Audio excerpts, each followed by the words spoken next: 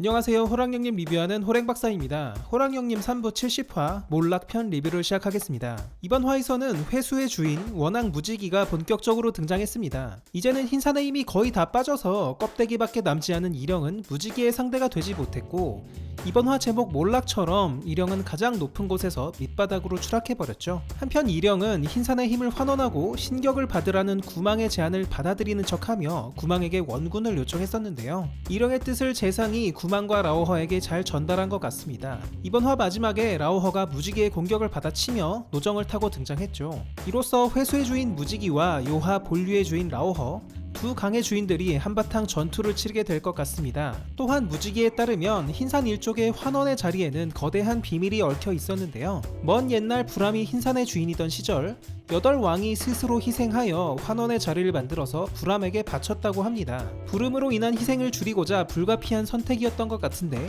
이 내용도 뇌피셜을 버무려서 상세히 다뤄보도록 하겠습니다. 지난 화에서 무지기가 거대한 쇠공을 타고 엄청난 양의 강물과 함께 길을 타고 등장했었죠. 천재에게 온몸을 봉인당한 듯 밖으로 나와 있는 건 목과 오른팔 뿐이었는데요. 코에는 콧뚜레가 있고 목과 손목에는 쇠로 된 족쇄가 있어서 쇠사슬이 온몸을 감고 있었죠. 원래 덩치는 훨씬 거대한데 천재의 봉인 때문에 신체도 쪼그라든 듯 했습니다. 무지기에 대한 묘사는 설화를 충실하게 고증하신 것 같아요. 전설에 따르면 무지기가 강풍과 번개를 조종하는 능력으로 우왕의 치수 작업을 방해하자 우왕이 신들과 협력해서 코에는 콧뚜레를 뚫고 목에는 쇳덩어리를 채워서 회수에 봉인했다고 합니다.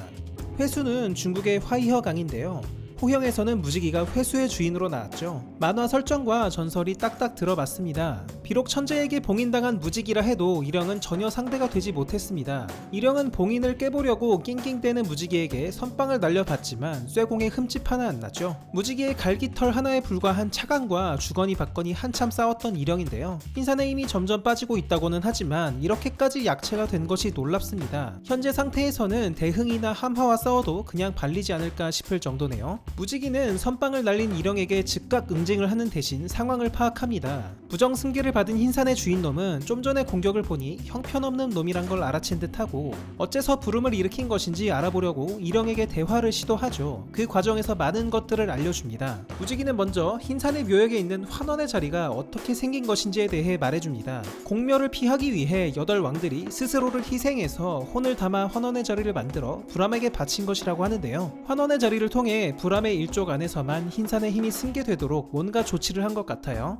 태초의 여신 아부카 허허의 힘을 간직한 흰산은 매번 부름을 통해 가장 강한 자를 선택하고 그 자로 하여금 힘을 지키도록 해왔는데요. 한 번 부름이 있을 때마다 무고한 희생이 너무나도 컸기에 세상의 영험한 짐승들은 흰산의 주인을 정하면서도 더 이상 부름이 일어나지 않도록 방법을 강구한 것 같습니다. 이에 뜻을 함께하는 8왕이 모였고 각자의 혼을 담아서 환원의 자리를 만들었다고 하죠. 결국 환원의 자리는 흰산을 속이기 위해 만들어졌거나 혹은 흰산과 계약을 통해 만들어졌다고 볼 수 있는데요. 저는 이번 화에서 8왕의 희생 설정을 듣고 나니까 뭔가 머릿속에서 퍼즐이 살짝 맞춰지는 느낌이 들었습니다. 호형 2부에서부터 언급되었던 흰산 지기의 경계가 줄어들고 있다는 설정에서부터 흰산의 주인이 되지 못한 후계자들의 영생 배터리 신세, 8왕들의 희생을 통한 환원의 자리까지 하나의 스토리로 꿰뚫어지는 듯 했어요. 상당한 뇌피셜이 섞여 있는데 이 내용은 영상 후반부에서 자세히 다뤄볼게요. 다시 무지기와 일영으로 돌아오겠습니다. 흰산의 주인이 되어서 압카에게 힘을 전하겠다는 무지기의 말에 일영은 코웃음을 치는데요. 일영은 무지기가 부름을 받고 흰산에 왔다는 것을 거짓말이라고 생각하는 듯 했죠. 그도 그럴 것이 다른 놈들은 하나같이 정신을 지배당해서 이성을 잃고 자신에게 달려드는데 무지기와 그의 일족들은 하나같이 정신이 멀쩡했기 때문입니다. 따라서 무지기가 부름을 받았다는 것은 거짓말이고 단지 흰산의 힘이 탐나서 교체기를 노리고 쳐들어온 것을 무슨 압카에게 힘을 주겠다느니 어쩌니 거창하게 떠드냐고 반문하죠. 무지기는 이 수준 낮은 흰산의 주인을 한심하게 여기는데요.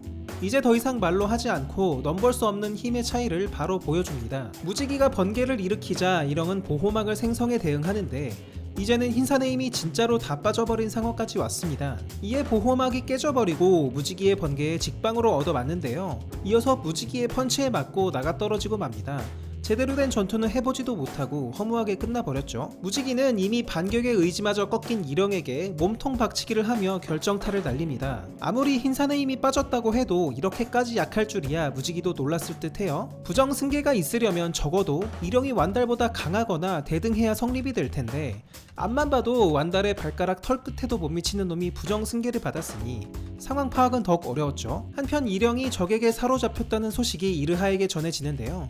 이 소식을 듣자마자 이르하가 눈물을 흘립니다. 일영의 선한 왕 코스프레에 완전히 넘어가 버린 것 같죠. 일영이 완달의 유훈을 받들어 압카에게 양위를 선언한 것이 컸습니다. 재상도 이르하도 일영이 압카를 해칠 거라고 생각했지 흰산의 주인 자리를 넘겨줄 거라고는 전혀 예상하지 못했었죠. 이르하는 일영이 속으로 엄청난 꿍꿍이를 꾸미고 있다는 것을 전혀 모르고 앞으로도 계속 모를 것 같습니다. 흰산이 공격받는 위기 상황에서 제 한 몸 희생해서 적을 막아내고 압카에게 전격적으로 양위했던 일영은 향후 영웅으로 추앙받게 될 듯한데요. 훗날 일영이 압카보다 높은 큰 어르신으로 대접받게 된 계기가 될 듯 보입니다. 다시 돌아와서 무지기는 부름 때문에 대학살이 벌어지는 이 상황에서도 압카가 나타나지 않는 것에 대해 의아해야 합니다. 무지기는 압카에 대해 본 적도 들은 적도 없고 그가 어떤 형태의 존재인지조차 모르는 상태인데요. 이미 6년 전에 압카의 출현 계시가 있었는데 어찌하여 지금까지 힘을 받지 못한 것이고 일영이라는 이상한 놈이 부정승계까지 받은 것인지 납득이 안 될 만하죠. 무지기는 압카가 진짜라면 부름으로 인한 혼돈 상황을 방치하지 말고 나서야 한다고 생각합니다. 혹시 능력이 다소 부족하다고 하더라도 무지기가 흰산의 주인이 돼서 압카에게 힘을 전해줄 생각이었죠. 무지기는 압카를 아련하고자 완달성을 향해 소리쳐 보지만 돌아오는 대답은 없었습니다. 한편 무지기는 천재의 타락에 대해서도 얘기하는데요. 천재가 변절해서 흰산을 파괴하려고 하니 압카가 빨리 흰산의 힘을 받아 과업을 이행해야 된다고 소리치죠. 천재의 타락에 대해서는 저도 이전 영상에서 다룬 적이 있었는데요. 천재가 흰산을 침공한 진짜 이유는 흰산의 힘을 빼앗고 싶어서가 아니라 흰산을 파괴해서 그 힘을 없애려는 것이었습니다. 완달은 천재에게서 위구, 즉 염려와 두려움이 느껴진다고 말한 적이 있습니다. 세상의 지배자이자 절대자인 천재가 대체 무엇을 두려워한다는 것일까요? 그것은 바로 압카가 아닐까 합니다. 조금 더 구체적으로 말하자면 흰산의 힘을 받은 완전체 압카가 두렵고 그가 과업을 수행함으로써 벌어질 일들도 두려웠을 듯 합니다. 압카가 흰산의 힘을 받아서 태초의 악마 예로리를 처단하고 나면 그 다음 칼끝은 어디를 향하게 될까요? 예로리가 소멸했으니 더 이상 곤륜의 과업도 의미가 없어지게 되고 천재를 중심으로 한 신격들 또한 그 존재의 의미를 잃게 됩니다. 만약 압카가 천재를 자리에서 끌어내리고 신격 학살을 시작한다면 세상에 그를 막을 수 있는 존재는 없습니다. 천재와 함께 과업을 양분해서 짊어지고 있는 완달 입장에서는 이러한 천재의 두려움을 누구보다 잘 알고 있었을 듯합니다. 당장 완달 자신도 압카가 등장한다면 즉시 소멸해야 하고 흰산 일족 또한 그 존재의 의미를 잃게 되는 건 마찬가지죠. 다만 완달은 그 운명을 순순히 받아들이는 반면 천재는 그 운명을 부정한다는 것에 차이가 있는 듯합니다. 얘기가 다른 길로 조금 샜네요. 여튼 천재가 과업을 망각하고 흰산을 파괴하려는 것을 무지기는 알고 있었습니다. 따라서 압카가 하루라도 빨리 흰산의 힘을 받고 과업을 향해 나아가야만 부름도 종식시킬 수 있고 타락한 천재도 물리칠 수 있다고 생각하죠. 이에 무지기는 압카를 시험해보기로 결심합니다. 무지기의 기공이 무차별로 완달성을 폭격하고 압카가 거주하고 있는 별채도 공격당하는데요. 무지기의 두 아들이 폭격을 막아보려다가 처참히 당하고 갑니다.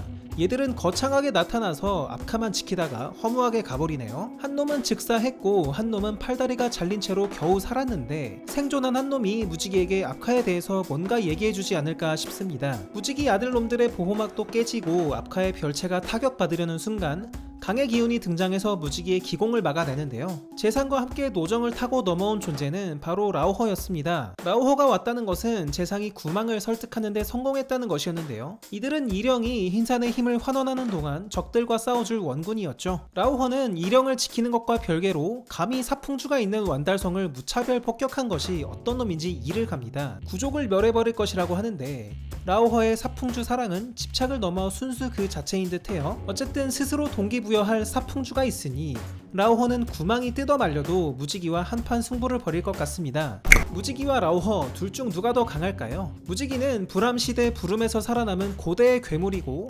라오허 또한 곤륜과의 전쟁에서 토백을 맞상대했을 정도로 강대한 현재의 괴물입니다. 둘 다 강의 주인이라는 공통점이 있는데 자연물의 크기로 힘을 가늠해 보는 것도 재밌을 듯 해요. 먼저 회수, 즉 화이허는 총 길이 1078km에 면적이 174,000 제곱km입니다. 중국의 강 중에서도 그렇게 큰 축은 아니에요. 다음으로 요하, 즉 라오허는 총 길이 1390km에 면적은 219,000 제곱km입니다. 둘이 대동소이한데 그래도 라오허가 조금 더 크네요. 고대의 괴수와 현재의 괴수 간 막상막하의 대결이 되지 않을까 싶습니다. 이번 화 스토리 리뷰는 이 정도로 하고 앞서 말씀드렸던 환원의 자리에 대해서 조금 더 얘기해 보겠습니다. 불암과 여덟 왕들 사이에서 대체 어떤 일이 있었길래 환원의 자리라는 것이 만들어졌는지, 그것이 흰산의 주인을 정하는 방식과 흰산의 직위를 유지하는 것에 어떤 영향을 줬는지 뇌피셜을 조금 굴려봤어요. 지금부터 얘기는 저의 소설이니까 재미로만 봐주시기 바랍니다. 태초의 여신 아부카허허의 힘이 묻힌 땅, 흰산에서부터 출발해 보겠습니다. 프롤로그를 자세히 보면 부름을 통해 흰산의 힘을 지키도록 한 것은 어쩌면 여신 아부카허허가 아니라 흰산 자신이었을 수도 있을 듯해요. 여신은 영험한 자연물인 흰산에 단지 힘을 묻었을 뿐이고 그 힘을 지키는 방식은 흰산이 스스로 정했을 수 있다는 것입니다. 일령은 흰산의 힘을 과도하게 쓰고 나서 한 가지 특징을 보였는데요. 그건 바로 가만히 있어도 허기가 진다는 것이었죠. 여신의 힘은 다른 생명을 취하도록 갈구하게 만드는 속성이 있었고 그건 영험한 자연물인 흰산 또한 마찬가지였습니다. 흰산은 자신의 생명을 유지하기 위해 끝없이 생명력을 보충해야 했고 힘을 지킬 주인 또한 정해야 됐습니다. 이에 흰산은 온 세상에 강한 짐승들을 불러들여서 서로 죽이게 만드는 부름을 일으킵니다. 죽어나간 짐승들의 혼을 취함으로써 흰산의 직위를 유지하고 최후의 승자를 자신의 주인으로 정함으로써 힘을 보호해 나가죠. 흰산은 이러한 생존 방식을 통해 영속하고자 했습니다. 흰산의 힘을 받은 주인은 가장 강력한 자로서 군림했지만 영원히 살 수는 없었죠. 그가 노쇠하여 죽게 되면 흰산은 다시 주인을 정하기 위해 부름을 시작했습니다. 부름은 궁극의 존재 압카가 등장하기 전까지 영원히 계속되는 굴레와 같았고 한번 부름이 있을 때마다 무고한 생명들이 떼죽음 당함으로써 짐승 세계는 점점 약해지게 됐습니다. 어느 날 또다시 흰산의 부름이 시작됐고 백호 불암이 최후의 승자가 됨으로써 새로운 흰산의 주인으로 등극했습니다. 무지기도 이 부름에 끌려왔다가 겨우 목숨을 건진 듯하죠. 한 차례 지옥이 또 지나간 후에 제정신을 차린 불암과 여덟 왕들은 더 이상 이래서는 안 된다고 생각합니다.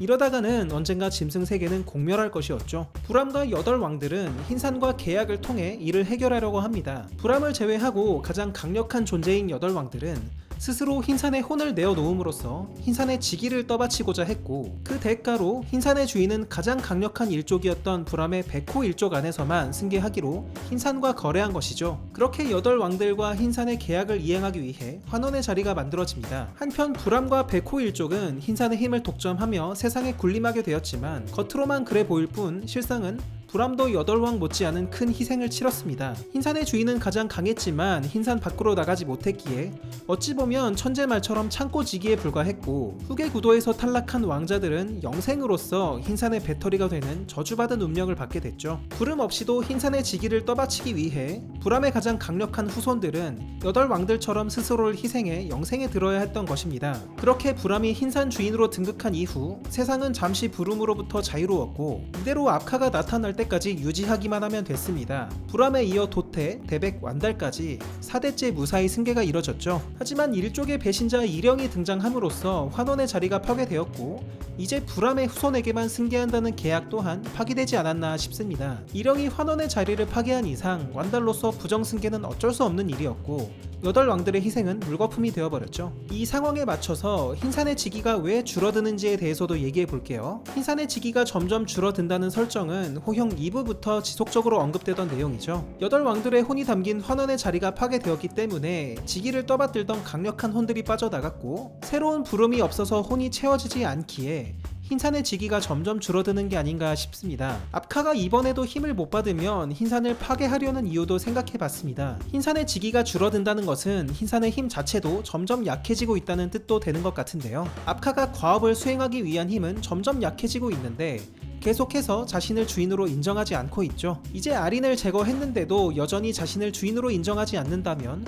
최후의 수단으로 흰산을 힘으로 굴복시켜보려 할 것 같고, 그것도 안 먹히면 부름을 일으켜서 혼돈만 초래하는 애물단지 흰산을 완전 파괴해버릴 수도 있을 것 같습니다. 압카가 흰산을 파괴할 수도 있다는 말은 이런 상황에서 나오는 게 아닌가 해요. 오늘은 무지기가 언급한 8왕들과 환원의 자리를 놓고 거하게 뇌피셜을 굴려봤습니다. 앞뒤 잘 따져보면 말이 안 되는 지점들도 있긴 해요. 재미로 봐주시고 더 그럴듯한 얘기가 있으시다면 댓글에서도 자유롭게 의견 주시면 좋겠습니다. 오늘의 리뷰는 여기까지입니다. 저는 다음 주에 다시 찾아뵙겠습니다. 재밌게 보셨다면 구독과 좋아요 부탁드립니다. 감사합니다.